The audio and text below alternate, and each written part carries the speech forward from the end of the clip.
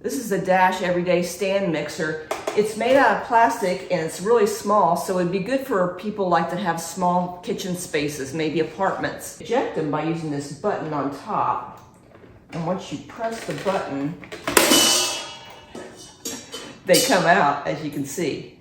So here are the two beaters that come with it.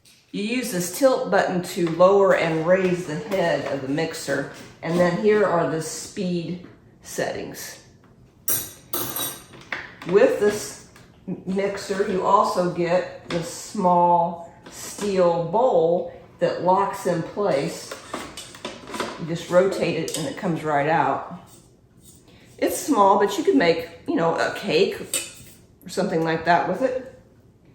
Also, the base where the mixer's bowl locks into it, it can be moved back and forth in order for the beaters to go closer to the bowl.